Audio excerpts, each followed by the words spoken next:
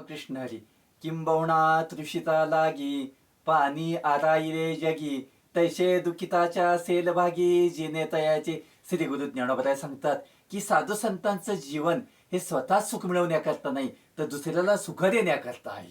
जसं पाणी आंब्याच्या झाडाला जात असताना पाटाच्या कडचं शुल्लक गवत त्याला सुद्धा ओलावा देतं. जगद्गुरु तुकोबराय सांगून राहिले, तुका म्हणे सुख परावे या सुखे अमृतय मुके स्रवत असे.